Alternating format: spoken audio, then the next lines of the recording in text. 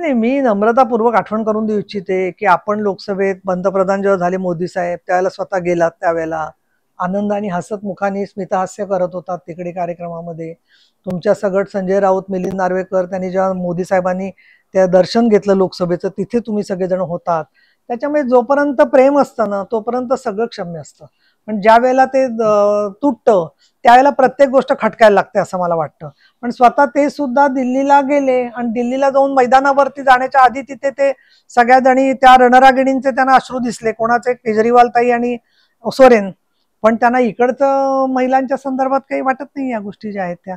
आता अजून काही महिलांचे अश्रू पुसताना दिसू शकतात ते. ज्या वायुवेगानं राज ठाकरे तातडीनं दिल्लीला गेले, अमित शहाना भेटले, त्याच्यानंतर त्यांना चालू तरी 2 जागा द्यायचं होतं, चाललं त्यांना पुढं काही मिळालंच नाही.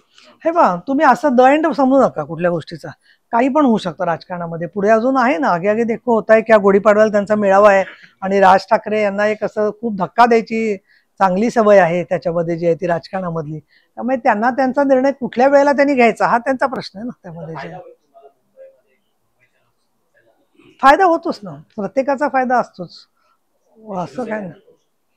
असं काय त्यांचं आणि आमच्या बऱ्याचशा ठिकाणी जिथे त्यांचा उमेदवार नसतो तिथे ते शेवटी कोणाला वोटिंग करणार असं पण असतं ना.